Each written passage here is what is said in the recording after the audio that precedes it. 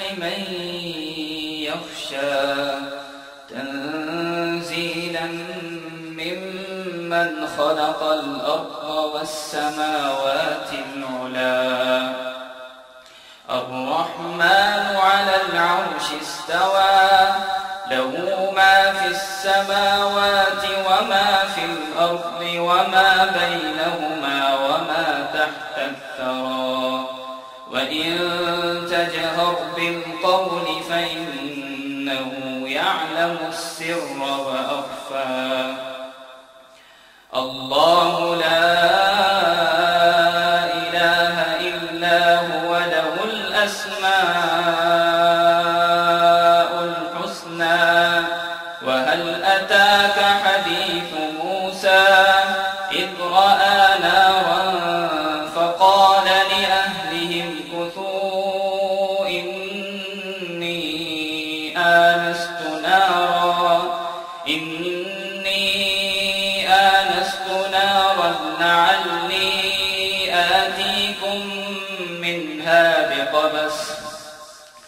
لعلي آتيكم منها بقبس أو أجد على النار هدى فلما أتاها نودي يا موسى إني أنا ربك فاخلع نعليك إنك بالوادي المقدس طوى وأنا اخترتك فاستمع لما يوحى إنني أنا الله لا إله إلا أنا فاعبدني وأقم الصلاة لذكري إن الساعة آتية أكاد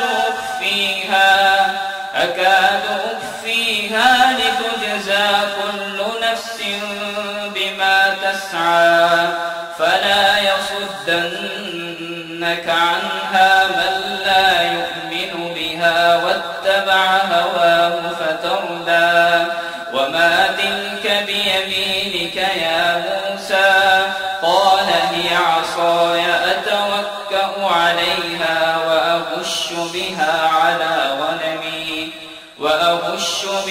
على غنمي ولي فيها مآرب أخرى قال ألقها يا موسى فألقاها فإذا هي حية تسعى قال خذها ولا تخف سنعيدها سيرتها الأولى واضمم يدك إلى جناحك تخرج بيضاء من غير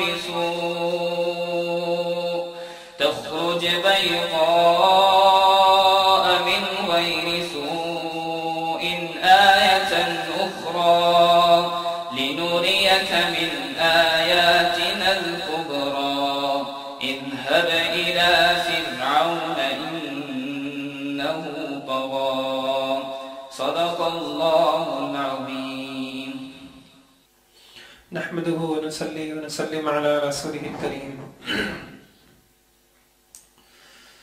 کاروبار، کمائی اور خرچ کرنا، اس سے متعلق اسلامی ہدایات کیا ہیں جن پہ چل کر ایک مسلمان اپنے مال کو بابرکت بنا سکتا ہے، باعث سکون بنا سکتا ہے، باعث راحت بنا سکتا ہے؟ وہ کیا پابندیاں ہیں، وہ کیا حقوق ہیں جو ایک مسلمان پر عائد ہوتے ہیں کماتے ہوئے، خرچ کرتے ہوئے؟ تو ان کا ذکر چل رہا تھا. تو اس میں یہ بات چل رہی تھی کہ اگر ہم کسی کے ماتحت رہ کر کما رہے ہیں تو مالکان کے حقوق ہمارے ذمہ ہوتے ہیں. ان کے خیر خواہی کو مد نظر رکھنا یہ ایک حق ہے. مالکان کے ساتھ خیانت نہ کرنا یہ ان کا حق ہے. اور آج یہ تیسرا ایک مختصر سا عرض کرتا ہوں. ایک حق یہ بھی ہے کہ مالکان سے جھوٹ نہ بولنا. میں نے حدیث آپ کے سامنے عرض کی تھی کہ ایک شخص آیا کہ یا رسول اللہ میرے ماتحت کچھ غلام ہیں، یکذبوننی ویعصوننی ویخوننی، جو میرے ساتھ جھوٹ بولتے ہیں، میری نافرمانی کرتے ہیں، میرے ساتھ میرا خیانت کا معاملہ کرتے ہیں، میرا ان کے ساتھ میں اس پر ان کو سزا دیتا ہوں، تو میرا اور ان کا کل قیامت میں کیا معاملہ ہوگا؟ تو اللہ کے نبی نے دونوں کو ڈرایا اور کہا کہ ملازمین سے تمہارے حقوق سے متعلق پوچھ ہوگی اور تم سے جو ہے ان کے حقوق سے متعلق پوچھ ہوگی. اگر انہوں نے جو جھوٹ بولا ہے ان کا بولا ہوا جھوٹ اور تمہاری دی ہوئی سزا برابر ہو گئی تو کل قیامت میں معاملہ برابر ہو جائے گا. ان کا جھوٹ زیادہ تھا، تمہاری سزا کم تھی، تو تم جو ہے بچ جاؤ گے، وہ پھنس جائیں گے. اور اگر ان ملازمین کا جھوٹ بڑھ گیا تمہاری سزا سے تو پھر جو ہے ملازمین کی پکڑ ہوگی. تو اللہ کے نبی نے یہ بتائی. پھر باقی جھوٹ سے متعلق جب انسان ماتحت رہ کے کما رہا ہے، انسان جھوٹ بول رہا ہے، اس جھوٹ کو تو حضور صلی اللہ علیہ وسلم نے منافق کی خصلت کہا، منافق کی عادت کہا. اس کی جھوٹ بولنے والے کے منہ سے جو بدبو آتی ہے فرشتے بھی ایک میل دور چلے جاتے ہیں. ایک روایت میں آتا ہے کہ حضور صلی اللہ علیہ وسلم سے پوچھا گیا کیا مومن بزدل ہو سکتا ہے؟ آپ صلی اللہ علیہ وسلم نے فرمایا ہاں یہ خصلت ہو سکتی ہے مومن میں. پوچھا گیا مومن بخیل ہو سکتا ہے، کنجوس ہو سکتا ہے؟ جی ہو سکتا ہے. پوچھا گیا مومن جھوٹا ہو سکتا ہے؟ اللہ کے نبی نے کہا نہیں، یہ نہیں ہو سکتا کہ ایمان بھی ہو اور جھوٹ بھی ہو. ایمان اور جھوٹ یہ آپس میں جمع نہیں ہوتے. جھوٹ بولنے کی ہمارے معاشرے میں جو شکلیں رائج ہیں ملازمین کی طرف سے، تقرری جعلی کاغذات، جعلی سندات کسی ادارے میں دکھا کر اپنی ملازمت حاصل کرنا، ظاہری بات ہے یہ بہت بڑا جھوٹ ہے. اگر انسان کے اندر وہ قابلیت اور صلاحیت ہے ہی نہیں جس کی بنیاد پر یہ ملازمت مشروط ہے، جس بنیاد پر کوئی ادارہ آپ کو رکھ رہا ہے اور جھوٹے کاغذات بنائے گئے تو پھر آمدنی بھی حرام ہے. نمبر 2، اخراجات میں جھوٹ. کوئی کام سپرد کیا گیا اور اس کا بل بنایا گیا، بڑھا چڑھا کے اس کا بل بنا دیا گیا، سستی چیز کا جو ہے مہنگی کر کے شو کر دی گئی، دکھا دی گئی، خفیہ کمیشن دیا جا رہا ہے. یہ سب جھوٹ کی شکلیں ہیں. الاؤنس حاصل کرنے میں بس اوقات اپنے آپ کو بیمار ظاہر کر کے، یا کوئی اجنبی ہے اس کو اپنا قریبی رشتہ دار ظاہر کر کے طبی اعتبار سے جو سہولیات ملتی ہیں وہ حاصل کر لی، یا کسی دوسرے کے مکان کے کاغذات آفس میں جمع کرا کے ماہانہ کرایہ وصول کر لیا، دوسرے کی گاڑی کے کاغذات جمع کر کے سواری الاؤنس حاصل کر لیا. یہ بھی جھوٹ کی ایک شکلیں ہیں. ایسے ہی وقت میں یا اوور ٹائم لگانے میں بغیر اوور ٹائم لگائے یا غلط لکھ دیا، بیماریوں کی چھٹیاں لینے کے لیے جھوٹ میڈیکل سرٹیفکیٹ بنایا، اس سرٹیفکیٹ کی بنیاد پر بیماری کی چھٹیاں منظور کروا لی. یہ سب جھوٹ کی شکلیں ہیں. اور بہرحال غلط بیانی اور جھوٹ جب یہ ہوگا اور جس مال میں یہ جھوٹ شامل ہوگا وہ مال جو ہے انسان کے لیے کبھی بھی باعث راحت نہیں بنے گا، کبھی باعث سکون نہیں بنے گا. یہ تقریباً حقوق کی ادائیگی، حقوق ذمے میں ہونا، کماتے ہوئے میں نے عرض کیا تھا کہ 3 ہی باتیں ہیں انسان ان کو مد نظر رکھ لے. انسان اچھی نیتیں ہوں، بری نیتوں سے بچے اور آزاد بن کے نہیں، شرعی اخلاقی جو پابندیاں ہیں ان کے ساتھ کمائے. اور تیسرے، کماتے ہوئے خرچ کرتے ہوئے جس کے جو حق ہیں ان حقوق کو ادا کرے آدمی، کسی کی حق تلفی نہ کرے. اس سب کے بعد جو بچے گا وہ ہوگا خیر والا مال، وہ ہوگا بابرکت مال، وہ مال ہوگا جو انسان کے لیے باعث راحت بنے گا، باعث سکون بنے گا. اور اگر ان میں سے کوئی چیز بھی نہیں ہوئی تو وہ مال پھر جیسا اللہ نے فرمایا عذاب بھی بنتا ہے. وہ مال پھر خوشیاں نہیں لائے گا گھر کے اندر، وہ مال پھر سکون نہیں لائے گا. آج ایک بہت اہم حق ہم شروع کرتے ہیں، ملازمین کے حقوق. ملازمین کے حقوق. سب سے پہلے میں حقوق بیان کرنے سے پہلے اللہ کے نبی کی احادیث کچھ آپ کے سامنے اس معاملے سے متعلق اللہ کے نبی نے ہمیں کیا ہدایات دی ہیں، یہ معاملہ کتنا اہم ہے. کچھ آیتیں، کچھ حدیث عرض کرتا ہوں. یہ سورہ نساء میں اللہ تعالیٰ نے 8 قسم کے لوگوں کے ساتھ حسن سلوک کا حکم دیا. انہی میں سے ایک قسم وہ بھی ہے جو آپ کے ماتحت ہوتے ہیں، کسی بھی اعتبار سے آپ کے ماتحت ہوں. گھر، دکان، کارخانوں کے ملازم، نوکر وغیرہ یہ اس میں داخل ہیں. وما ملکت ایمانکم، اور تم ان لوگوں کے ساتھ بھی حسن سلوک کرو جو ایک لحاظ سے تمہارے دست نگر ہیں، تمہارے ماتحت آتے ہیں. تو ہمیں حکم دیا گیا کہ تم ان کے ساتھ حسن سلوک کرو. حضور پاک صلی اللہ علیہ وسلم کی زندگی کی آخری وصیت جو تھی اس میں اللہ کے نبی نے، یعنی انسان وصیت کہتے ہی ہیں کوئی بہت اہم بات کہ انسان زندگی بھر نصیحتیں کرتا ہے، آخری نصیحت جو اللہ کے نبی نے فرمائی اس میں 2 باتیں فرمائیں: الصلاۃ وما ملکت ایمانکم. الصلاۃ وما ملکت ایمانکم، لوگوں نماز کا خیال کرنا اور اپنے ماتحتوں کے حقوق کا خاص خیال کرنا. اس میں ذرا آپ دیکھیے کہ ماتحتوں کے جو حقوق ہیں ان کی اہمیت کا آپ اندازہ لگائیے کہ اس کو نماز کے ساتھ اللہ پاک نے جوڑا. یعنی اسلام میں گویا کہ جو اہمیت نماز کو حاصل ہے اتنی ہی اہمیت ماتحتوں کے حقوق کو حاصل ہے. تو اللہ کے نبی نے زندگی کے آخری میں کہا کہ دیکھو بھائی ماتحتوں کے حقوق کا خیال کرنا. ایک حدیث میں فرمایا حسن الملکۃ یمن وسوء الخلق شؤم، ماتحتوں کے ساتھ اچھا برتاؤ کرنا یہ باعث برکت ہے اور برا برتاؤ کرنا یہ باعث نحوست ہے. یعنی انسان اپنی کاروباری زندگی میں بھی دیکھے اگر اپنے ماتحتوں کے ساتھ اس کے رویے، اس کے اخلاق، اس کے معاملات اچھے ہوتے ہیں تو جو ماتحت ہوتے ہیں ان کے اندر اخلاص ہوتا ہے، وہ مخلص بن کے چلتے ہیں، وہ پھر مالکان کے خیرخواہ بن کے چلتے ہیں، ان کے مالکان کی اشیاء کی حفاظت کرتے ہیں، ان کے کام کو اپنا کام سمجھتے ہیں. اس کو حضور نے فرمایا کہ ماتحتوں کے ساتھ اچھا برتاؤ یہ باعث برکت ہے. اب کس کس طریقے سے برکتیں آئیں گی؟ وفادار بنیں گے، مخلص بنیں گے، اپنے کام کو اپنا کام سمجھیں گے.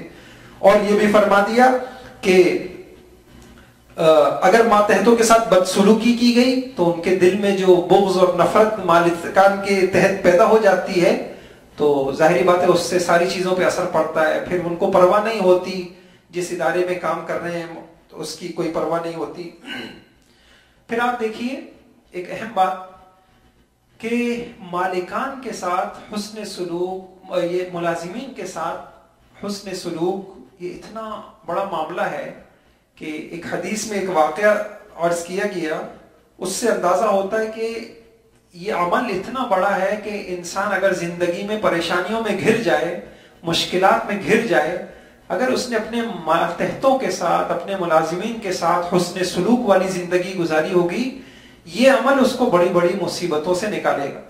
آپ نے مشہور حدیث ہے، بخاری شریف میں بھی کئی جگہ ہے، آپ نے واقعہ سنا ہوگا کہ 3 آدمی ایک سفر پہ جا رہے تھے، چلتے چلتے رات ہو گئی یا کچھ بارش ہونے لگی تو وہ اس سے بچنے کے لیے غار میں داخل ہو گئے.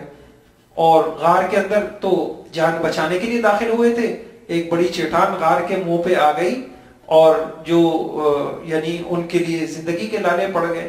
اس زمانے میں تو کوئی موبائل، کوئی ایسی چیز نہیں تھی کہ وہ اطلاع دے پاتے. اب ان کو موت سامنے نظر آنے لگی. تو ان میں سے 3 ان لوگوں نے کہا کہ بھائی دیکھو اب جو ہے دنیا کی کوئی طاقت ہمیں اس مشکل سے نہیں نکال سکتی، اب اگر کوئی ذات نکال سکتی ہے تو اللہ کی ذات ہمیں مشکل سے نکالے گی اور عمل کی وجہ سے نکالے گی. اس لیے میں اکثر عرض کرتا ہوں کہ ہماری زندگی میں اس کی خوشیوں میں، پریشانیوں میں جو سب سے زیادہ اثر انداز کوئی چیز ہوتی ہے وہ ہمارے اچھے اور برے عمل ہوتے ہیں. ہماری زندگی میں پیسہ خوشیاں نہیں لے کے آتا، ہماری زندگی میں اسباب کی کثرت اس کی وجہ سے خوشیاں نہیں آتی. اگر ہمارے پاس اچھے اعمال ہیں جو ہم نے اللہ کو راضی کرنے کے لیے کیے ہیں، ان عمل میں اللہ نے وہ طاقت رکھی ہے کہ اللہ پاک بڑی بڑی مشکلوں سے نکال دیتے. تو 3 آدمیوں نے کہا کہ ایسا کرتے ہیں، ہم نے زندگی میں کوئی عمل بڑی مشکل سے کیا ہو، اللہ کی رضا کے لیے کیا ہو، اللہ سے دعا مانگتے ہیں، اللہ کو اس عمل کا واسطہ دیتے ہیں، اللہ کو اس عمل، یہ اس لیے علماء نے کہا اس میں کسی عالم کا اختلاف نہیں ہے، نیک عمل کا وسیلہ آپ اپنے اللہ کو دے سکتے ہیں. اے اللہ فلاں موقع پہ آپ کی توفیق سے فلاں عمل میں نے کیا، یا اللہ آپ کی رضا کے لیے کیا، آپ اس عمل کی برکت سے میری پریشانیاں دور کر دیں. یہاں میں ایک بات اور عرض کروں کہ پہلے میں یہ واقعہ عرض کر دیتا ہوں. تو ایک شخص نے کہا، تینوں نے کہا کہ ایسا کرتے ہیں کہ اللہ پاک سے دعا مانگتے ہیں اور عمل اللہ کو وسیلہ بناتے ہیں. تو ایک نے دعا کی اور اس نے دعا کے اندر یہ کہا، میں اس میں سے 3 دعاؤں میں سے ایک ہی دعا عرض کرتا ہوں، یا اللہ میرے کچھ ملازم تھے، مزدور تھے، اور ان سے میں نے کچھ کام کروایا، انہوں نے وہ کام کر دیا، میں نے سب ملازمین کو ان کا جو حق بنتا تھا، جو تنخواہ بنتی تھی، وہ میں نے ان کو دے دی، لیکن ایک مزدور کچھ ناراض ہو گیا یا کیا معاملہ ہوا، وہ بغیر تنخواہ لیے چلے گئے. لیکن میں نے کیا کیا، میں نے اس کی خیر خواہی میں کسر نہیں چھوڑی، میں نے اس ملازم کی رقم کاروبار میں لگا دی. اتنی بڑی خیر خواہی. یعنی آپ جو کاروبار کرتے ہیں ان کو پتا ہے، اور جو ہمارے سامنے حالات آتے ہیں، انسان اپنی والدہ کی رقم بھی دے دے گا کچھ، لیکن کاروبار میں نہیں لگائے گا کہ ان کو جو نفع میں شریک کر لے، اپنی بہنوں کی رقم کاروبار میں لگا لے. انسان اتنا حوصلہ بہت کم ہوتا ہے لوگوں میں. لیکن اس نے کیا کیا کہ میں نے اپنے ملازم کی رقم کو باقاعدہ کاروبار میں لگا لیا. یہاں تک کہ وہی بات ہے، میں بار بار عرض کرتا ہوں، جیسی نیت ویسی مدد. جب اتنی بڑی نیت تھی کہ دوسرے کو نفع پہنچانا ہے تو اللہ کی مدد بھی ویسی آئی، مال میں بہت اضافہ ہو گیا.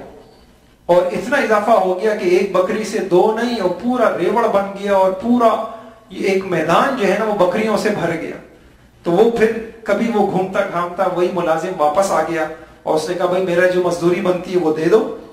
تو اس شخص نے کہا یہ جو تمہیں نظر آ رہا ہے، یہ سارے یہ ریوڑ کے ریوڑ، بکریاں کی بکریاں پورے میدان میں نظر آ رہی ہیں، یہ سب تمہارا حق ہے، لے جاؤ. پہلے تو وہ حیران ہوا کہ بھائی میں نے تو اتنی مزدوری نہیں کی. کہا نہیں، یہ تمہارا حق ہے، لے جاؤ. اور اس اللہ کے بندے نے بھی وہ ساری لے گیا. اے اللہ اگر یہ کام میں نے آپ کی رضا کے لیے کیا تھا، آپ ہماری یہ مشکل حل کر دیں. یہ کہنا تھا کہ چٹان ہل گئی.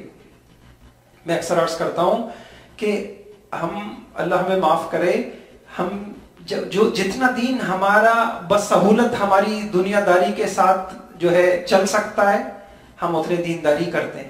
جہاں دین میں تھوڑی سی کوئی مشکل پیش آئی تو ہم یوں کہتے ہیں کہ نہیں جی یہ تو بہت مشکل ہے، یہ تو ہم سے نہیں ہو سکتا. حالانکہ وہی جو چیزیں ہوتی ہیں دین میں، جہاں مشکلات آ رہی اس وقت دین پہ عمل کرنا انسان کی بڑی بڑی مشکلات کا حل ہوتا ہے. اسی کو تو تقویٰ کہتے ہیں کہ ہمت نہیں ہو رہی، حوصلہ نہیں ہو رہا، معاشرے کے خلاف ہے، رسم کے خلاف ہے، رواج کے خلاف ہے، دنیا جاتی نظر آ رہی ہے، لیکن انسان طے کر لے میں اللہ کے حکم کو پورا کروں گا. تو یہ جو مشقت کے ساتھ انسان دین پہ چلتا ہے، اس میں اللہ نے وہ غیبی طاقت رکھی ہے کہ پتہ نہیں کتنی مشکلات کے اندر انسان کو یہ مشکل عمل انسان کو ان مشکلات سے باہر نکال لیتا ہے. تو ان تینوں نے یہ دعا کی، اور اس کی یعنی آپ دیکھیے اللہ کے نبی نے یہ قصہ سنا کے گویا ہمیں بتا دیا کہ چٹانوں جیسے مسائل ہوں اور چاروں طرف تمہارے اتنے حالات میں تم گھرے ہوئے ہو کہ مشکلات تمہیں نظر آ رہی ہوں، مشکل کا کوئی حل نہ تمہارے پاس ہو نہ دنیا کے پاس ہو، ایسے وقت میں بھی اگر تمہارے پاس اچھے عمل ہوئے تو اس میں ایسی طاقت ہم نے رکھی ہے کہ وہ طاقت تمہیں ان مشکلات سے نکال لے گی. اور پھر جو عمل ہمیں گنوائے گئے ہیں ان میں سے یہ عمل گنوایا کہ دیکھو اپنے ماتحتوں کے ساتھ اچھا عمل کرنا یہ اتنی بڑی طاقت رکھتا ہے کہ انسان کو بڑی بڑی مشکلات سے یہ عمل نکال لیتا ہے. اللہ ہم سب کے لیے آسان فرمائے. ایسے ایک حدیث میں آتا ہے کہ جس شخص میں 3 صفات ہوں گی، 3 عادات ہوں گی، اللہ تعالیٰ اس کی موت آسان کر دے گا، اس کی موت، اور اسے جنت میں داخل کرے گا. ان صفات میں کیا بتایا کہ رفق بالضعیف، رفق بالضعیف، کمزوروں کے ساتھ نرمی، وشفقۃ علی الوالدین، والدین کے ساتھ مہربانی، واحسان الی المملوک، غلاموں کے ساتھ ماتحتوں کے ساتھ احسان کا معاملہ کرنا. یہ اتنا بڑا عمل ہے کہ دنیا کی مشکلات حل کراتا ہے، اور انسان موت کے وقت آپ صحابہ کے واقعات بھی پڑھیں گے تو صحابہ بھی یہ کہتے تھے اس وقت اگر ساری دنیا ہمارے پاس ہوتی اور اس ساری دنیا دے کر ہم موت کی تکلیف کو، موت کی پریشانی کو ہم یوں کر سکتے، ہلکا کر سکتے، کم کر سکتے تو ہم سب دے دیتے. تو کیا فرمایا؟ زندگی میں اگر ماتحتوں کے ساتھ احسان کیا ہے، ملازمین کے ساتھ خیر خواہی کی ہے، موت کے وقت روح آسانی سے نکلے. یہ کتنا بڑا اللہ کا انعام ہے. ایک حدیث میں فرمایا لا يدخل الجنة سیء الملکہ، ملازموں کے ساتھ، ماتحتوں کے ساتھ برائی کرنے والا، بدسلوکی کرنے والا ابتدائی مرحلے میں جنت میں نہیں جائے گا. ابتدائی مرحلے میں اس کو بھگتنی پڑیں گی سزائیں. اور ایک حدیث میں اللہ کے نبی نے فرمایا، یہ بہت اہم بات ہے، اس کو سنیے گا، ابغونی الضعفاء فانما ترزقون او تنصرون بضعفائکم.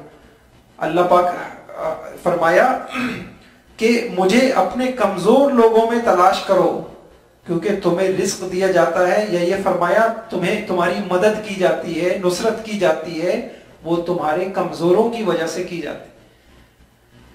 ایک حدیث میں تو یہ فرمایا هل تنصرون وترزقون الا بضعفائکم.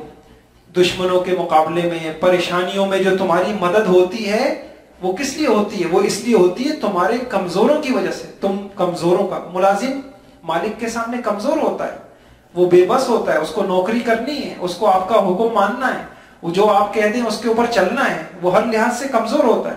تو فرمایا تم یہ مت سمجھنا کہ تمہاری فیکٹری سے تمہارے مسئلے چل رہے ہیں، تمہاری دکانوں سے تمہارے مسئلے حل ہو رہے ہیں. یہ جو کمزوروں کا رزق اللہ نے تمہارے ہاتھ سے دلوا رہے ہیں، دے اللہ رہے ہیں، ان کمزوروں کی جو تم مدد کر رہے ہو، تمہاری زندگی میں آسانیاں ان کمزوروں کی وجہ سے آئے. تو جن کو اللہ پاک نے یہ بصیرت دی بھی ہوتی ہے تو وہ تو بڑی سعادت کی بات سمجھتے ہیں کہ اگر کسی کمزور کا وہ سہارا اللہ نے ان کو بنا لیا اور کمزوروں کی مدد اللہ پاک نے بنا لی. وہ اکڑتے نہیں ہیں، وہ کہتے ہیں ہمیں تو الحمدللہ جو کچھ مل رہا ہے ان کمزوروں کے واسطے سے مل رہا ہے. ایک حدیث میں آتا ہے کہ جنت، اللہ کے نبی نے فرمایا الا اخبرکم باہل الجنہ، میں تم کو بتاؤں جنتی کون لوگ ہیں، یعنی اکثر جنت میں جو جائیں گے وہ کون ہیں؟ فرمایا کل ضعیف، کمزور قسم کے، ناتواں لوگ یہ جنت میں زیادہ ہوں گے. جن کو ہم سمجھتے ہیں بے بس قسم کے لوگ، محتاج قسم کے لوگ، ہمارے معاشرے میں ان کی کوئی عزت نہیں سمجھی جاتی. اللہ کے ہاں یہ کمزور لوگوں کا بڑا رتبہ ہوتا ہے. معاشی کمزور ہو، مالی کمزور ہو، صحت کے اعتبار سے کمزور ہو، عہدے کے اعتبار سے کمزور ہو، اور کسی جہت سے کمزور ہو، تو یہ کمزور اگر کسی کو کمزوروں کی کسی خدمت کا موقع مل جائے، اس کی مدد نصرت کا موقع مل جائے، یا اللہ نے ان کو آپ کے ساتھ جوڑ دیا، یہ تو آپ کی اور روزی کا سبب بن گیا. کتابوں میں 3 واقعات بڑے بہت اہم پڑے، وہ میں آپ کو سناتا ہوں اور ان کا سبق بہت اہم ہے. اور انشاءاللہ اگر مجھے آپ کو یہ سمجھ میں آ گئے تو اللہ کی ذات سے امید ہے کہ ہمارے معاملات میں بہت بہتری آئے گی. ایک تو یہ بہت ساری حدیثیں میں نے آپ کو سنائی کہ مدد اور نصرت اور رزق ملتا ہے. اللہ کے نبی کہہ رہے ہیں کہ وہ ضعیفوں اور کمزوروں اور ناتواں لوگ اور تمہارے ماتحت جو بیچارے محتاج ہیں ان کی وجہ سے ہم تم کو روزی دیتے. یہ نہیں کہ تم ان کو روزی دے رہے ہو، تو ان کی وجہ سے تمہیں روزی مل رہی. اور اسی کو بہترین اخلاق کہا. اللہ کے نبی کی موت کے وقت کی آخری وصیت یہی تھی کہ اپنے ماتحتوں اور ملازموں کے ساتھ اچھا معاملہ کریں. کہتے ہیں کہ ایک بس میں کچھ لوگ سوار تھے اور لمبے روٹ پہ اوپر، لمبے سفر کے اوپر وہ جا رہے تھے. تو کئی مرتبہ ایسا ہوا کہ تیز بجلی چمکی اور وہ بس کے قریب آئی اور پھر جو ہے وہ نہیں گری، بچ گئے. کبھی بس کے آگے اگلے حصے کی طرف، کبھی بس کے پچھلے حصے کی طرف، کبھی دائیں کبھی بائیں. تو ڈرائیور سمجھدار تھا. ڈرائیور کہنے لگا کہ ایسا محسوس ہوتا ہے کہ ہم میں کوئی اللہ کا بڑا نافرمان ہے اور یہ ہمارے لیے وارننگ ہے، تو اس کو اتر جانا چاہیے بس سے، ورنہ اس کی وجہ سے ہم سب برباد ہو جائیں گے اور ہم سب جان سے ہاتھ دھو بیٹھیں گے. اس کی ترکیب اس نے یوں کہی کہ اچھا بھائی ایسا کرتے ہیں. اس نے بس روک دی. اس نے کہا یہ قریب میں پہاڑ ہے، اس کے نیچے جو ہے وہ درخت ہے، ایسا کرتے ہیں سب ایک ایک باری باری وہاں جائیں اور درخت کے نیچے جائیں، کچھ دیر کھڑے ہوں اور انتظار کریں اور پھر ادھر آ جائیں. اگر نافرمان ہوگا اور یہ بجلی کی اسی کی تلاش میں ہوگی تو مر جائے گا، ورنہ واپس آ جائے. سب سے پہلے ڈرائیور اترا اور درخت کے پاس جا کے کھڑا ہوا اور اس کے بعد واپس آ گیا، بجلی سے محفوظ رہا۔ اس کے بعد باری باری سب جانے لگے، ایک جاتا درخت کے نیچے کھڑا ہوتا، واپس آتا، دوسرا جاتا، تیسرا جاتا۔ آخر میں ایک کمزور قسم کا آدمی، میلے کچیلے کپڑے اور انتہائی ناتواں قسم کا وہ بچا، اور وہ اجنبی بھی محسوس ہو رہا تھا۔ لوگ سب کہنے لگے کہ ہاں جو ہے تو ہی گناہ گار ہے، اور تیری وجہ سے جو ہے نا یہ دیکھ ہم سب بچ گئے، اور تیری وجہ سے جو ہے نا یہ اللہ کی پکڑ جو ہے ہم شکار ہو رہے تھے۔ اور اس کو جو ہے باقاعدہ اس سے پوچھنے لگے کہ ہاں بتا تیری زندگی کے وہ کون سے گناہ ہیں اور کیا نحوستیں ہیں تیری۔ وہ بیچارہ معافیا مانگتا رہا، اس کو گھسیٹ کے، وہ پہلے اس کی منتیں کرتے رہے کہ بس سے اترو، وہ نہیں اتر رہا تھا، پھر اس کو گھسیٹنے لگے، کبھی وہ ایک جو ہے سیٹ کے پیچھے چھپ جائے، کبھی کہیں دروازے کو پکڑ لے، آخر گھسیٹ کے انہوں نے اس کو نیچے وہاں کر دیا اور بس روانہ ہو گئی۔ کہتے ہیں کہ ابھی تھوڑی سی آگے بس گئی تھی کہ بجلی آئی اور بس کے اندر جتنے تھے وہ سارے ختم ہو گئے۔ تو کسی کہنے والے نے کہا کہ وہی گناہگار جس کو مسافر گناہگار سمجھ رہے تھے 2 گھنٹوں سے ان کی جان بچائے ہوئے تھا، وہی کمزور، وہی ناتواں، وہی جس کو ہم غریب اور کمزور سمجھ رہے ہیں، وہ ان کی بس ان لوگوں کی جان 2 گھنٹے سے بچائے ہوا تھا۔ جب وہ نہیں رہا تو اللہ پاک نے ان کو الگ کر دیا۔ ایسے ہی ایک اور واقعہ کتابوں میں پڑھا، بڑا عبرت انگیز۔ جو لوگ غیر قانونی طریقے پہ ایک ملک سے دوسرے ملک جاتے ہیں، تو کسی نے اپنا واقعہ لکھا کہ ہم کسی یورپ کے کسی ملک میں جانا چاہ رہے تھے اور ترکی کے راستے سے جو ہے ہمیں وہاں جانا تھا، تو وہاں ہمیں ترکی کے اندر 6 مہینے تک رکنا پڑا، اور ہم اس انتظار میں تھے کہ دسمبر کا مہینہ داخل ہو جائے اور یورپ میں سردیاں اپنے عروج کے اوپر آ جائیں، تو پھر ہم جو ہے نا کسی سرحد کے ذریعے سے جو ہے نا ایجنٹ جو ہے وہ ہم کو وہاں داخل کرے گا۔ سردیوں میں چوکیوں پر پہرے کی وہ وہاں برف باری کی وجہ سے وہ سختیاں نہیں ہوتی جو عام ایام کے اندر ہوتی ہیں۔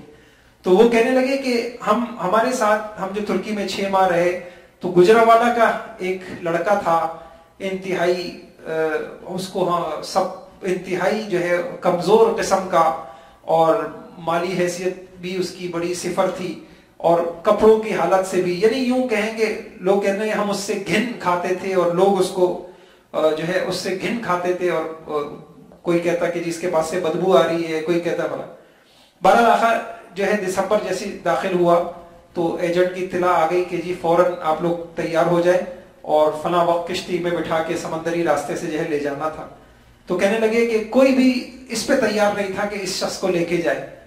تو وہ بیچارہ منتیں کر رہا تھا، سب کی خوشامدیں کر رہا تھا کہ مجھے یہاں کہاں چھوڑ کے جاؤ گے، دوسرے ملک کے اندر ہوں، کوئی ہے نہیں، اور بڑی مشکل سے اس کو بہرحال سوار کر لیا گیا۔ تو کہنے لگے کہ وہ جو ایجنٹ تھا وہ مختلف راستوں سے یورپ کے ملک میں داخل ہونا اس نے چاہا، لیکن پہلے سے کوئی اطلاع ہو گئی تھی جس راستے سے جاتے وہاں پہرا بہت سخت تھا، اور اس دوران یہ ہوا کہ یہی جس کو بہت کمزور سمجھا جا رہا تھا، لاوارث سمجھا جا رہا تھا، لوگ اس سے گھن بھی کھا رہے تھے، اس کو الٹیاں شروع ہو گئی۔ اب لوگوں کو اور گھن شروع ہو گئی، اور اس کے معاملات سے، اس کے کپڑوں سے۔ تو اب وہ ایجنٹ اتنا غصے میں تھا، اتنا ٹینشن میں تھا، اس نے کسی کے ذریعے سے اس نوجوان کو پکڑا اور کہتے ہیں کہ پانی میں ڈال دیا۔ وہ چیختا رہا، چلاتا رہا، کہنے لگے ابھی دو کلومیٹر بھی ہم آگے نہیں گئے ہوں گے کہ ہماری کشتی کے اوپر جو ہے فائرنگ شروع ہو گئی، اور اس نے تیزی سے کشتی موڑی لیکن وہ توازن برقرار نہیں رکھ سکا، اور جو ہے ہم سب ڈوب گئے۔ کہنے لگے اس کے بعد یہ شخص جو واقعہ لکھ رہا ہے یہ کہتا ہے کہ پھر مجھے ہوش آیا تو میں ہسپتال میں تھا، تو میں نے پوچھا کہ بھئی کیا ہوا ہمارے ساتھ؟ کہا صرف تم 2 شخص جو ہے بچے ہیں اور کوئی نہیں بچا۔ میں نے فوراً کہا میرے علاوہ کون بچا؟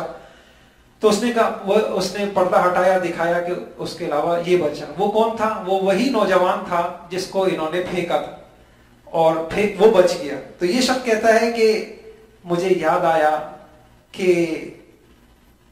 6 مہینے سے اور اتنے لمبے عرصے سے جو ہم بچے رہے وہ ہم اسی کی برکت سے بچے رہے۔ کہنے لگا کہ جب اس کو وہ پھینکنے والے تھے تو میں نے اس کو کوئی جیکٹ دے دی تھی، لائف جیکٹ، کہ یہ پہن لو تم اس سے بچ سکتے ہو۔ تو وہ میری ایک نیکی تھی جو مجھے کام آئی، اور میں اس کی وجہ سے بچ گیا۔ آگے اس کا جو سبق لکھا ہے وہ آگے میں پڑھتا ہوں۔ ایک واقعہ اور کسی کا بڑا اہم عبرت انگیز واقعہ ہے۔ ایک شخص لکھتے ہیں کہ میرے ایک بزرگ دوست جوانی میں ارب پتی تھے، لیکن آخری زندگی بہت تنگ دستی کی گزری. انہوں نے اپنی کہانی سنائی کہ میرے والد مل میں کام کرتے تھے، بڑا مشکل سے ہمارا گزارا ہوتا تھا، اور ان کا ایک کزن تھا جو کہ معذور تھا. اس کے والدین فوت ہو گئے، آگے پیچھے کوئی تھا نہیں، لاوارث تھا. میرے والد کو ترس آیا اور اس کو پالنے کے لیے وہ گھر لے آئے. کہنے ہم 5 بہن بھائی تھے، گھر پہ پہلے ہی غربت تھی، اور یہ معذور چچا بھی ہمارے سر پہ آ گئے، تو ہمارے اوپر بڑا بوجھ ہوا. والدہ بھی اٹھتے بیٹھتے اس کو کوستی رہتی، لیکن والد صاحب جو ہے اس کا بڑا خیال رکھتے، اور اس کے بول و براز کو بھی صاف کرتے، کپڑے بھی پہناتے، اپنے ہاتھ سے کھانا کھلاتے. کہنے ایک دم الحمدللہ ہمارے حالات بدلے. والد صاحب نے چھوٹی سی بھٹی لگائی، اس کے بعد وہ بھٹی کارخانہ بنی، وہ کارخانوں میں تبدیل ہو گیا، اور ہم ارب پتی ہو گئے. 1980 کی دہائی میں ہمارے والد کا انتقال ہوا. تو وہ کہتا ہے وہ چچا جو ہے وہ ترکے میں مجھے مل گئے. وہ معذور چچا تھے، اب وہ کسی نے ان کو لیا نہیں، مجبوراً مجھے ان کو لینا پڑا. لیکن جلدی میں ان کے حالات سے تنگ آ گیا، میں نے انہیں پاگل خانے میں داخل کرا دیا، اور وہ اسی میں ہی کرب کی زندگی میں انتقال کر گئے. کہنے لگا کہ ہمارا خاندان اس کے بعد عرش سے فرش پہ آ گیا. فیکٹریاں، ہمارے گھر، ہماری گاڑیاں، ساری چیزیں نیلام ہو گئی، اور ہم روٹی کے نوالوں کو ترسنے لگے. اس وقت ہمیں معلوم ہوا کہ وہ معذور چچا ہمارے رزق کی ضمانت تھے. وہ معذور چچا، ہم ان کی وجہ سے محلوں میں زندگی گزار رہے تھے. جب وہ ضمانت ختم ہو گئی تو ہمارے محل بھی رخصت ہو گئے. اس کے بعد بڑا اچھا تبصرہ لکھا ہے، میں آپ کو یہ سنانا چاہ رہا تھا. یہ تینوں واقعات آپ کے لیے ہیں. ہم نہیں جانتے کہ ہم کن کی وجہ سے زندہ ہیں، ہم کن کی وجہ سے کامیاب ہیں، ہم کن کی بدولت محلوں میں شاہی زندگی گزار رہے ہیں. ہم یہ نہیں جانتے ہم کس کو بس سے اتاریں گے، ہم کس کو کشتی سے باہر پھینکیں گے، اور ہم کس کے کھانے کی پلیٹ اٹھائیں گے، اور وہ شخص ہمارا رزق، ہماری کامیابی، ہماری زندگی ساتھ لے جائے گا. ہم یہ نہیں جانتے. لہذا جب تک اس شخص کو نہیں پہچان لیتے، ہمیں اس وقت تک کسی کو بس سے، کشتی سے، گھر سے باہر نکالنے کا رسک نہیں لینا چاہیے. کیونکہ ہو سکتا ہے ہمارے پاس جو کچھ ہو وہ سب اس شخص کا ہو، اور وہ چلا جائے تو سب کچھ چلا جائے، اور ہم مٹی کا ڈھیر بن جائے. تو بھائیو، اللہ کا معاملہ اللہ کے بندوں کے ساتھ بڑا نازک ہے. اللہ اپنے معاملے میں بڑے جو ہے غفور الرحیم ہے، لیکن بندوں کے معاملے میں اللہ بڑے غیور ہے. یہ ظلم کسی پہ ہو جائے، آپ یقین جانیں ایسے ایسے حالات دیکھیں. دارالفتہ میں چونکہ ہر قسم کے واقعات آتے ہیں، اب ایسے ایسے حالات دیکھیں کہ بڑی کوٹھیاں، گاڑیاں، بنگلے، اور ایسے ایک دم سے حالات ایسے پیدا ہو گئے کہ انسان جو ہے وہ گھر بھی بک گیا، بیوی کا سونا بھی بک گیا. اور میں جانتا ہوں ایسے حالات کہ وہ لوگ کہنے لگے کہ بس کاروباری اتنا قرضہ چڑھا آیا کہ جہاں کاروبار کرتے تھے انہوں نے کہا بھائی ہم کیا کریں، ہمیں تو اپنا قرضہ چاہیے. اور ایسے حالات، جن کے بڑے نوکر ہوتے تھے، چوکیدار ہوتے تھے، جنہوں نے اپنے چوکیدار کو یہ کہا ہوا تھا ہم جب آئیں پہلے سے کھڑے ہوا کرو، پہلے سے دروازے کھولا کرو. وہ پتہ نہیں کس کی آہ لگی. ایسے ایسے واقعات، نہ بیوی کا سونا رہا، نہ کاروبار رہا، نہ سب کچھ رہا. اس لیے بھائیوں، خوف والی زندگی گزارنی چاہیے، ڈرتے ڈرتے زندگی گزارنا چاہیے. ہمیں اصل میں یہ سنتیں نہیں پتہ ہوتی، خدائی ضابطوں کا علم نہیں ہوتا. ہم جب 4 پیسے آتے ہیں تو گردن میں سریا آ جاتا ہے، انسان کی ٹون بدل جاتی ہے، لوگوں کے ساتھ معاملے، رویے، بول چال کے انداز بدل جاتے. ایسا مسئلہ نہیں ہے. اللہ ہم سب کی حفاظت کرے. توبہ کرتے رہنا چاہیے، ڈرتے رہنا چاہیے. یہ آہیں جو ہیں وہ پھر انسان کو نہیں، اس کی سب کچھ کھا جاتی ہے یہ آہیں. تو اللہ پاک ہمیں ہر قسم کے ظلم سے اللہ پاک ہم سب کی حفاظت فرمائے. اور خاص طور سے چونکہ ماتحت کا معاملہ کمزور کا معاملہ ہوتا ہے، اور انسان اپنا طاقت جو جتاتا ہے، وہ کہتے ہیں نا غصہ بھی بڑا سمجھدار ہوتا ہے، اپنے سے طاقتور پہ نہیں آتا. کہتے ہیں میرا بی پی جو ہے ہائی ہو جاتا ہے، کہ یہ بی پی بھی بڑا سمجھدار ہوتا ہے. یہ ہائی بھی وہاں جا کے ہوتا ہے کہ جہاں سامنے والا کمزور ہوتا ہے. یہ بی پی ہائی وہاں جا کے نہیں ہوتا جہاں سامنے والا طاقتور. اپنے جنس ادارے میں ہم کام کر رہے ہوتے ہیں تو مالکان کے سامنے ہائی نہیں ہوتا، ماتحتوں کے سامنے ہائی ہو جاتا ہے. تو بھائیو، یہ خوف خدا وہ لگام ہے، خوف خدا اور تقوی یہ لگام ہے. انشاءاللہ یہ جو عمومی طور پہ ایک بے چینی کی کیفیت ہم سب محسوس کر رہے ہیں، انسانیت محسوس کر رہا ہے، آپ یقین جانے میں یہ سمجھتا ہوں، انسان کہتا ہے جی میں نماز بھی پڑھ رہا ہوں، میں روزے بھی رکھ رہا ہوں، یہ کیا ہے؟ یہ یقیناً حق تلفیاں ہیں، یہ کہیں نہ کہیں کوتاہیاں ہم سے ہو رہی ہوتی ہیں، کہیں نہ کہیں ظلم ہو رہا ہوتا ہے. اور چونکہ انسان کا نفس ایسا ہے جو ہمیشہ آپ کو یہ سمجھائے گا آپ تو صحیح ہیں، سامنے والا غلط ہے، میں صحیح ہوں، مالک جو میرے ملازم ہے یہ غلط ہے، ملازم کو یہ سمجھائے گا تم صحیح ہو، مالکان غلط ہے. تو ہمارے اندر وہ روح کی صفائی نہیں ہے اور وہ احتیاط نہیں ہے، تو ہم ہر وقت یہ سمجھ رہے ہوتے ہیں کہ ہم نے تو کسی سے ظلم نہیں کیا، اور ہمیں پتہ ہی نہیں ہوتا کہ کہاں کہاں ہم حق تلفیاں کی ہوئی ہوتی ہیں، اور کہاں کہاں کس کو ستایا ہوتا ہے، کس کو رلایا ہوتا ہے، اور وہ بے چینیاں ہوتی ہیں جو ہماری زندگی کی خوشیوں کو آگ لگا دیتے. اللہ ہم سب کی حفاظت فرمائے. تو یہ میں نے آپ کے سامنے کچھ حق قرآن سے، احادیث سے، واقعات سے، تاریخی واقعات سے عرض کیے، اور آپ اس کے اوپر غور کریں گے تو آپ کو بہت کچھ اپنی زندگی میں بھی سمجھ میں آئے گا کہ ہاں فلاں نے فلاں کے ساتھ کیا تھا پھر ان کے ساتھ کیا ہوا، فلاں نے فلاں کے ساتھ کیا پھر ان کے ساتھ کیا ہوا. تو اللہ پاک ہم سب کی ظلم سے حفاظت فرمائے. اس لیے صبح صبح بزرگ کہتے ہیں دعا مانگنی چاہیے، یا اللہ بہت سارے لوگوں کے حق ہمارے ذمے ہیں اور ہم بہت کمزور ہیں، نفس ہمارے ساتھ ہے، شیطان ہمارے ساتھ ہے، یا اللہ تو ہی ہمارے لیے آسان فرما، حقوق کی ادائیگی ہمیں آسان فرما. ایک بڑے اللہ والوں کی ابھی میں نے لائیو اجتماع میں دعا سنی ان کی، کہتے اے اللہ کسی کے حق میں ہمیں گرفتار نہ فرما، اے اللہ کسی کے حق میں ہمیں گرفتار نہ فرما، ہم سے کہیں حق تلفی. اس لیے جو دعا سکھائی گئی ہے ربنا لا تؤاخذنا ان نسینا او اخطانا، یا اللہ کہیں بھول چک ہو گئی ہو معاف کر دے. یا اللہ ہم ارادے سے جان بوجھ کے ہم کسی پہ ظلم نہیں کرنا چاہتے، ہم کسی کی حق تلفی نہیں کرنا چاہتے، ہم کسی کا حق دبانا نہیں چاہتے. انشاءاللہ اس طریقے سے ڈرتے ڈرتے چلتے رہیں گے تو اللہ پاک پار کرا دیں گے، اللہ آسان فرما دیں گے. اور پھر انسان کو محتاط رہنا چاہیے، علماء سے پوچھنا چاہیے. یہ ہم اللہ ہمیں معاف فرمائے، ہم استفتاء اور سوال وہاں کرتے ہیں جہاں ہمیں حق وصول کرنا ہوتا ہے. استفتاء وہاں بھی کرنا چاہیے کہ بھائی فلاں کا ایسا تو نہیں ہے کہ کسی کا حق بنتا ہو اور میں حق مار رہا ہوں. اس لیے سوال آپ یقین جانے 99% اگر دارالافتاء کا رخ کرتے ہیں، علماء سے مسئلہ پوچھتے ہیں تو بنیاد کیا ہوتی ہے؟ تاکہ ہمارا حق پتہ چلے اور ہم حق وصول کریں. حقوق کی ادائیگی کے لیے بھی سوالات کرنے چاہیے کہ ایسا تو نہیں ہے کہ سامنے والے کا حق بنتا ہو اور میں حق مار رہا ہوں. میں پوچھ لوں علماء سے، میں سوال کروں، استفتاء لوں، تاکہ میں کسی کے حق میں گرفتار نہ ہو جاؤں. اب یہ ملازمین کے حقوق، اب وہ حقوق کیا ہیں کہ ہم اپنے ماتحتوں کے ساتھ ان حقوق کا خیال کریں. پہلا حق، طاقت سے زیادہ کام نہ لینا. ملازمین سے ان کی طاقت سے زیادہ کام نہ لینا. اب کئی وجوہات ہیں. دیکھیے اللہ تعالیٰ بھی 6-7 وجہ بتاتا ہوں اس کی. اللہ تعالیٰ بھی اپنے بندوں پر ان کی طاقت سے زیادہ بوجھ نہیں ڈالتے. وہ تو احکم الحاکمین ہے، اس کی تو بادشاہت ہے، سب کچھ اس کا ہے. ہم تو اس کے سامنے بے بس ہیں، ہم اس کی مخلوق ہیں، ہم اس کے مملوک ہیں، ہم اس کے بندے ہیں، عبد ہیں. وہ رب ہے، وہ خالق ہے، ہماری کوئی چیز ہماری نہیں ہے. اس کے باوجود وہ کریم رب اپنے بندوں پر عبادت کا، احکام کا ایسا بوجھ نہیں لاتا جو انسان کر نہ سکے. اس لیے آپ قرآن میں دیکھیں گے یرید اللہ بکم اليسر ولا یرید بکم العسر. تمہارا رب تمہارے ساتھ آسانی کا ارادہ کرتا ہے. تمہارا رب نہیں چاہتا کہ تم مشکل میں پڑ جاؤ. کوئی عبادت، کوئی حکم ایسا نہیں ہے کہ میرے بندے مشکل میں پڑ جائیں. لا یکلف اللہ نفسا الا وسعها.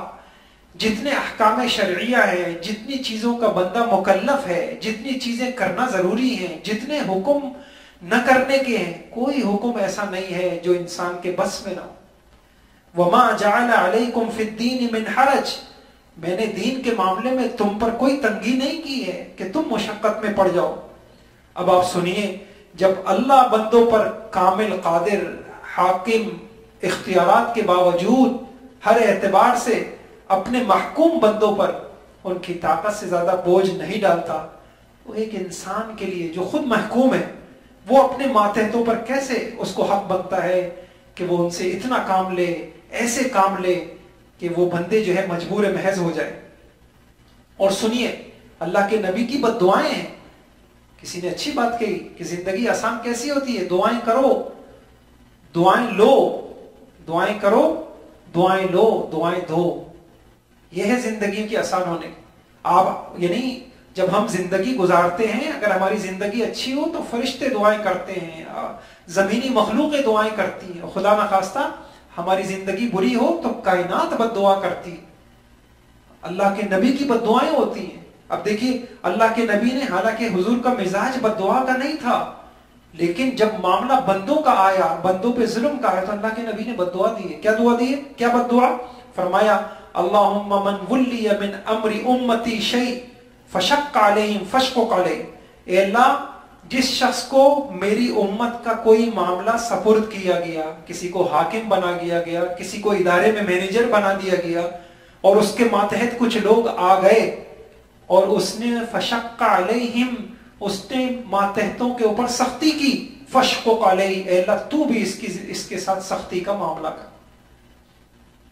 یہ کون بد دعا دے رہا ہے؟ اللہ کے نبی بد دعا دے رہے ہیں. اور کس سے کہہ رہے ہیں؟ اللہ سے درخواست کر رہے ہیں. اور کیا فرمایا؟ اور اللہ ومن ولی من امر امتی شیئا فرفق بهم فرفق به. اے اللہ جو میری امت میں سے کسی کے معاملے کا ولی بنا, بڑا بنا, حاکم بنا, مالک بنا, اور اس کے ماتحت کچھ لوگ آئے اور اس نے ماتحتوں کے ساتھ نرمی کی, اے اللہ تو اس کے ساتھ نرمی کر. کون دعا دے رہا ہے؟ یہ ہیں دعائیں. ہمیں اپنے معاملات کا جائزہ لینا چاہیے بھائیوں. تو یہ حضور کی دعا. اور ایک اور حدیث سنیے, حضور نے فرمایا من زار زار اللہ بہ ومن شاق شاق اللہ علیہ. جو شخص کسی مسلمان کو بغیر کسی وجہ کے ضرر پہنچاتا ہے, نقصان پہنچاتا ہے, اللہ اس کو ضرور نقصان پہنچائے گا. اور جو شخص کسی مسلمان کو مشقت اور تکلیف میں ڈالے گا, اللہ اس کو تکلیف میں ڈالے گا. ایک حدیث میں آیا ملعون من زار مؤمنا او مکر بہ. ملعون ہے وہ شخص, اس کے اوپر خدا کی رحمتیں نہیں ہیں, اس کے اوپر خدا کی پھٹکاریں ہیں, وہ اللہ کی رحمتوں سے دور ہے. کون؟ جو کسی مسلمان کو ضرر پہنچائے یا کسی مسلمان کے ساتھ مکر اور فریب کرے, اس کا حق نہ دے, اس پہ ظلم کرے, اس کو ستائے, اس کو تنگ کرے. اور عموماً یہ ساری چیزیں وہاں ہوتی ہیں جب انسان دست نگر ہوتا ہے, جب انسان بے بس ہوتا ہے. تو پھر حضور پاک صلی اللہ علیہ وسلم نے ثواب کی بشارتیں دی ہیں جو اپنے ماتحتوں کے ساتھ تخفیف کر دے, آسانی کر دے, ان کے ساتھ نرمی کرے. ایک حدیث میں ہے کہ تم اپنے خادم کی ذمہ داریوں میں جتنی تخفیف کرو گے اس کے بدلے میں اتنا ہی تمہارے نامہ اعمال کے پلڑے میں اجر ہوگا, آخرت میں اجر ملے گا. اور انبیاء کی سنت آپ دیکھیے, کہتے ہیں کہ حضرت شعیب علیہ السلام, ان کو گھر میں ایک ملازم کی ضرورت تھی جو ان کے گھر سے جو باہر کے گھر کے کام تو خواتین کر لیں گی, لیکن اس زمانے کی جیسی معاشرت تھی کہ گھر کے باہر بکریاں لے جانا ہے, چرانا ہے, پانی لانا ہے, تو ان کو گھر میں ایک ضرورت تھی.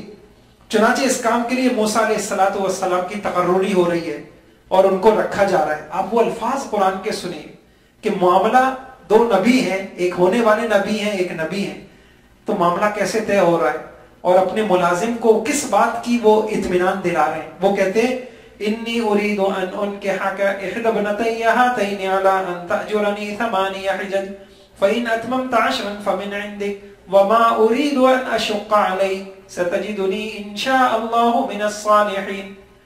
بھئی ہمارا تمہارا معاہدہ ہو رہا ہے اور تم اتنے عرصے تک یہ ملازمت کرو گے, بکریاں چلاؤ گے, پانی لاؤ گے, اس کے بدلے میں اپنی بیٹی میں سے ایک بیٹی سے نکاح تمہارا ہو جائے گا. تم 10 سال پورے کرو تو بہت اچھی بات ہے.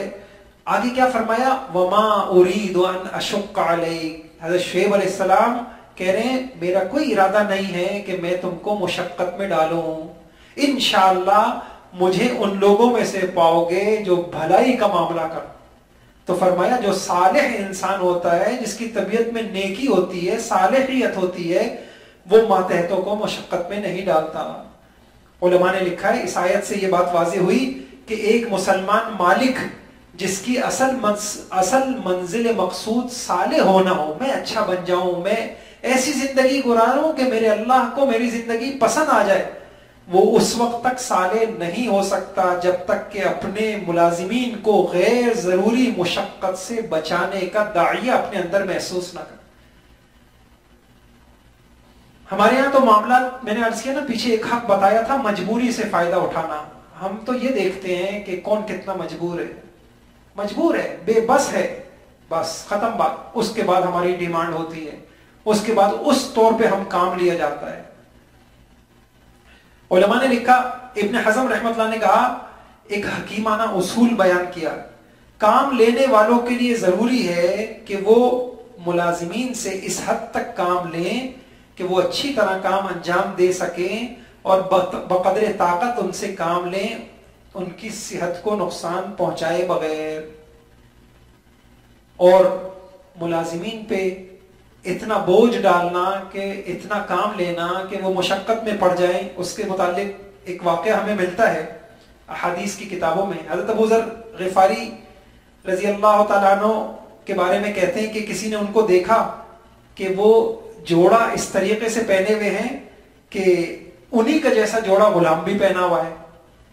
تو ان کو حیرت ہوئی کہ اتنی مساوات ماتحتوں کے ساتھ، اور کم سے کم مالک کے پاس عمدہ ہونا چاہیے۔ تو ان سے پوچھا یہ کیا مسئلہ ہے؟ کہا میں نے ایک شخص کو برا بھلا کہہ دیا تھا، تو اس نے میری شکایت حضور صلی اللہ علیہ وسلم سے کی۔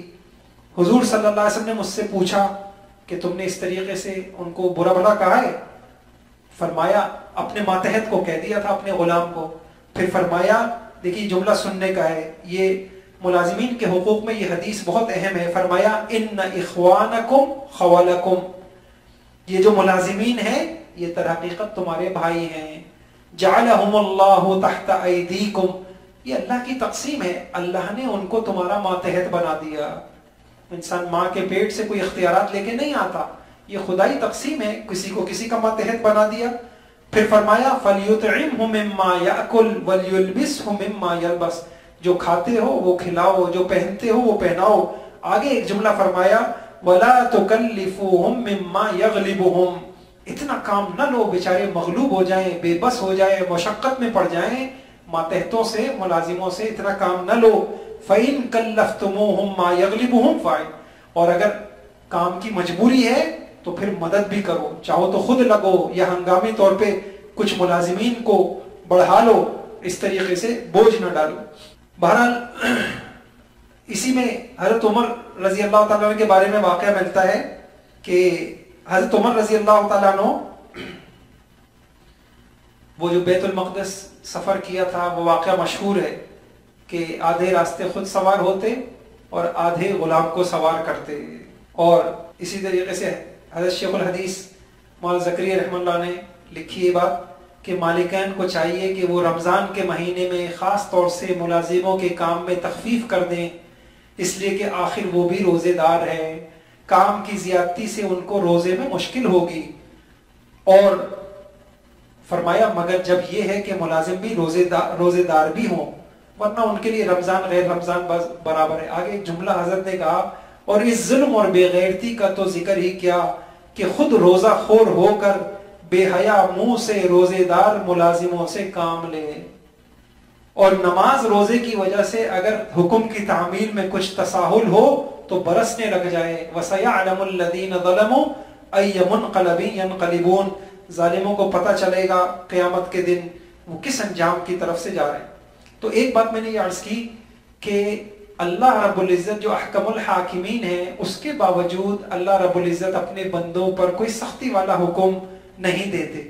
تو بندے جو محکوم ہیں، بے بس ہیں، ہم زیادہ سے زیادہ کیا کر سکتے ہیں؟ ملازم کو تنخواہ دے سکتے ہیں، اس کو روح تو ہم نے نہیں دی ہے، ہم نے اس کو سانس تو ہم نے اس کو نہیں دی ہے، یہ جسم اور وجود تو ہم نے اس کو نہیں دیا ہے، ایک تنخواہ ہے اور اس کے بعد انسان وہ کرے۔ اچھا اگلی بات، ہماری شریعت میں مسلمان کا تو ایک رتبہ بہت بڑا ہے، اگر کوئی غیر مسلم بھی ہے، ان غیر مسلموں سے بھی مسلمان کو یہ حق نہیں ہے کہ وہ ان سے ایسا کام لے، غیر مسلم ملازموں سے، جس کی وجہ سے وہ مشقت میں پڑ جائے۔ اللہ کی نبی کی حدیث سنیے، ایک حدیث میں فرمایا الا من ظلم معاہدا او انتقصه او کلفه فوق طاقته او اخذ منه شيئا بغیر طیب نفس فانا حجیجہ یوم القیامہ.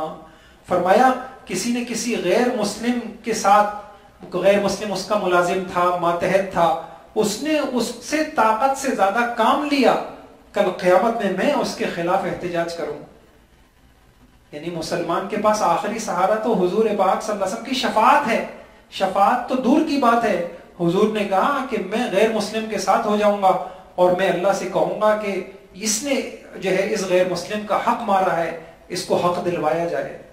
پھر ہمارے دین میں بس میں جلدی ختم کرتا ہوں، ہمارے دین میں میں نے عرض کیا اللہ پاک اپنے بندوں پر سختی نہیں کرتے، ایسا حکم نہیں دیتے جس سے بندے مشقت میں آ جائیں.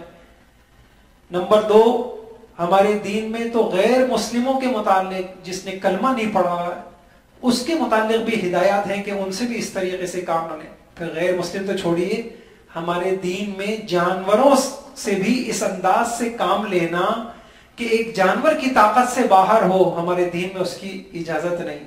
اور اللہ کے اس کے اوپر پوری حقوق الحیوان کے اوپر کتابیں. تو انسان اور مسلمان تو بہت بڑے درجے. 1-2 واقعہ عرض کرتا ہوں. اللہ کے نبی نے ایک باغ میں تشریف لے گئے اور آپ صلی اللہ علیہ وسلم جب وہاں داخل ہوئے تو ایک اونٹ کو اللہ کے نبی کے پاس آ گیا اور وہ اونٹ رونے لگا، بلک بلک کے رونے لگا. اللہ کے نبی اس کو پیار کرتے رہے، سہلاتے رہے، یہاں تک کہ اس کی رونا بند ہوا، اس کی ہچکیاں ختم ہوئی. پھر اللہ کے نبی نے باغ میں پوچھا کہ آپ صلی اللہ علیہ وسلم نے پوچھا بھائی من رب ھذا الجمل، یہ کس کا، یہ اونٹ کس کا ہے؟ تو جو اونٹ کا مالک تھا اس نے کہا کہ لی یا رسول اللہ میرا ہے. پھر اللہ کے نبی نے کہا افلا تتق اللہ فی هذه البہیمہ التي ملکک اللہ ایاها فانه شکا الی انک تجیعہ. تم ڈرتے نہیں ہو اللہ سے؟ اس اونٹ نے مجھ سے شکایت کی ہے کہ تم اس کو کھانا پورا نہیں دیتے اور کام اس سے زیادہ لیتے. تو اللہ کے نبی تو جانوروں کے متعلق ایک حدیث میں اللہ کے نبی نے فرمایا اتقوا اللہ فی هذه البہائم فرکبوها صالحا وکلوها. ان جانور بے زبان جانوروں کے متعلق اللہ سے ڈرا کرو. سواری کرتے ہو کرو، لیکن اس انداز سے نہ کرو کہ وہ بیچارے مشقت میں پڑ جائیں، کہ تم نے ایک جانور کے اوپر اتنا سامان لاد دیا کہ وہ آگے اس کے لیے جینا مشکل ہو گیا. اس طریقے سے نہیں، آپ کام لے سکتے ہیں لیکن طریقے کے ساتھ. ایک حدیث میں فرمایا یہ جو جانوروں کی پیٹھ پہ تم سوار ہوتے ہو تو ان جانوروں کو ممبر مت بناؤ. کیوں؟ ایک سواری کی غرض سے تمہیں اجازت دی گئی ہے، سوار ہو، سفر پورا ہو جائے فوراً اتر جاؤ.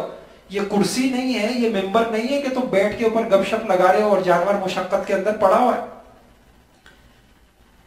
تو اللہ کے نبی، تو آپ ذرا تصور کیجئے جس دین میں جانوروں سے بھی اس انداز سے کام لینا یا ان کے اوپر ایسی مشقت ڈالنا جس کو وہ برداشت نہ کر سکیں، غیر مسلموں سے اجازت نہیں ہے، تو ایک مسلمان سے کہاں ہو. اب ہمارے معاشرے کے اندر شکلیں کیا ہوتی ہیں یہ اہم ہے، اس کو سنیے. نمبر 1، جو کام کاج کے اعتبار سے ماتحتوں کے ساتھ، نمبر 1 وقت کے اعتبار سے، اصول صحت کی روح سے جو کام تسلسل سے جتنی دیر کیا جا سکتا ہے اس وقت سے زیادہ ملازمین کو اس کام میں مشغول کرنا. ایک کام بہت ذہنی ہے، وہ اتنی دیر ہو سکتا ہے، 3 گھنٹے تک کیا جا سکتا ہے تسلسل کے ساتھ، 12 گھنٹے لیا جا رہا ہے. جو کام روزانہ مثلا تسلسل سے 8 گھنٹے کیا جا سکتا ہے، ملازم سے روزانہ 8 گھنٹے سے زیادہ ڈیوٹی لینا، یا ملازم سے اتنی دیر کام لینا کہ اس کے بعد وہ کسی کام کاج کا نہ رہے. نمبر 2، افراد کے اعتبار سے، جس کام کے لیے جتنے افراد درکار ہوں اس سے کم افراد سے کام لینا. مثلا ایک کام ایسا ہے جس میں 10 افراد کام کریں آپ، اور انسان جو ہے 4 بندوں سے وہ کام لے رہا ہے، تو ظاہری بات ہے ساری مشقت ان 4 کے اوپر آ رہی ہے، یہ بھی اسی کے اندر آئے. نمبر 3، جسمانی ذہنی صلاحیتوں کے اعتبار سے، مثلا جس کام کے لیے جتنی جسمانی اور ذہنی صلاحیت درکار ہو اس سے کم جسمانی ذہنی صلاحیت والے افراد سے کام لینا. مثلا ایک کام ایسا ہے جو صحت مند اور جوان آدمی کر سکتا ہے، بوڑھے بچے یا جسمانی ذہنی کمزور نہیں کر سکتے، تو ان سے وہ کام لینا یہ بھی مشقت میں ڈالنا ہے. اور لکھنے والے لکھتے ہیں کہ صحت کا حادثات سے بڑا گہرا تعلق ہے. صحت مند لوگ حادثات کا شکار کم ہوتے ہیں، کمزور دل، کمزور جسم یا مریض وہ زیادہ شکار ہوتے ہیں۔ نمبر 4 موسم کے اعتبار سے، جس موسم میں ڈیوٹی کے اوقات کے درمیان وقفہ درکار ہو اس میں وقفہ نہ دینا۔ مثلا گرمیوں کے موسم میں ملازمین کو دوپہر کے وقت آرام اور وقفے کی ضرورت ہوتی ہے تو ملازمین کو اس میں آرام اور وقفے کا وقت نہ دینا۔ اسی طرح جس موسم میں ایک وقت کام ہو سکتا ہو اس میں 2 وقت کام لینا۔ سردیوں کے موسم میں ملازمین میں، یہ ہمارے گھروں کے اندر بھی یہ کام ہوتے ہیں۔ بعض اوقات جو ہے بوڑھی ماسیاں ہیں اور جو ہے نا برتن ان سے دھلوائے گئے رہے ہیں، دعوتیں ہم کھا رہے ہیں اور برتن ان سے دھلوا رہے ہیں۔ انسان کو اپنے نزلے کا، اپنی بیماری کا، بخاری کا تو ہوش ہے، باقی کسی کی معذوری کا، کسی کی بیماری کا، کسی کے مسائل کا کوئی ہوش نہیں۔ اور میں نے پھر عرض کیا کہ بس اوقات غلطی کسی ایک سے ہوتی ہے، پھر اللہ کی جب پکڑ آتی ہے پھر بھگتنا پڑتا ہے سب کو، کیونکہ گھر والے آپ کے ماتحت ہیں۔ آپ کو ایسی تربیت کرنی چاہیے کہ کسی پر آپ کے گھر میں ظلم نہ ہو۔ ہمارے گھروں کی ظلم کی کہانیاں وہ خاص طور سے جو ماتحت طبقے ہیں تو وہ تو کتنی دردناک ہیں۔ ایسے ہی ایک طاقت کے اعتبار سے یہ ہے، آلات کے اعتبار سے جن کاموں کے لیے، جس ماحول میں کام کرنے کے لیے ملازم کی جان جانے یا صحت متاثر ہونے کا خدشہ ہو، ان کے لیے اس کام اور ماحول کے مناسب آلات مہیا نہ کرنا۔ کرونا میں ڈاکٹروں کو شکایت ہو گئی نا کہ ہمیں کٹ نہیں دی جا رہی اور ہمیں فلاں آلات نہیں دیے جا رہے، اور اس طریقے کی بہت ساری جگہ کمپنیوں میں کتنے حادثات ہو جاتے ہیں۔ جس کام کے لیے جتنی روشنی کی ضرورت ہے اس کا انتظام نہ کرنا۔ کہتے ہیں کہ صنعتی حادثات میں 25% حادثوں کی وجہ وہ روشنی کا فقدان ہے۔ اسی طرح کام کی جگہ میں جتنی درجہ حرارت کی ضرورت ہو اس کا انتظام نہ کرنا۔ ملازم کو کام کے دوران جن آلات کی ضرورت ہے یا جس آلات کی جس سیٹنگ اور تنصیب کی ضرورت ہے وہ اس کو مہیا نہ کرنا، یہ سب ان چیزوں میں آ جائے گا کہ ملازم کو بے جا مشقت میں ڈالنا، اس کی ہمت طاقت سے زیادہ کام لینا۔ اللہ ہم سب کی حفاظت فرمائے اور حقوق کی ادائیگی اللہ پاک ہم سب کے لیے آسان فرمائے۔ خاص طور سے میں نے عرض کیا کہ ملازم اور ماتحت یہ کمزور طبقہ ہوتا ہے، اور کمزوروں کے ساتھ اگر ظلم ہو تو پھر براہ راست اللہ کی پکڑ آتی ہے۔ اللہ پاک ہم سب کی حفاظت فرمائے۔ سبحان اللہ وبحمدہ، سبحان اللہ العظیم۔ اللهم صل وسلم على نبينا محمد۔ ربنا ظلمنا انفسنا وان لم تغفر لنا وترحمنا لنكونن من الخاسرين۔ ربنا لا تؤاخذنا ان نسينا او اخطانا، ربنا ولا تحمل علينا اصرا كما حملته على الذين من قبلنا، ربنا ولا تحملنا ما لا طاقة لنا به، واعف عنا واغفر لنا وارحمنا انت مولانا فانصرنا على القوم الكافرين۔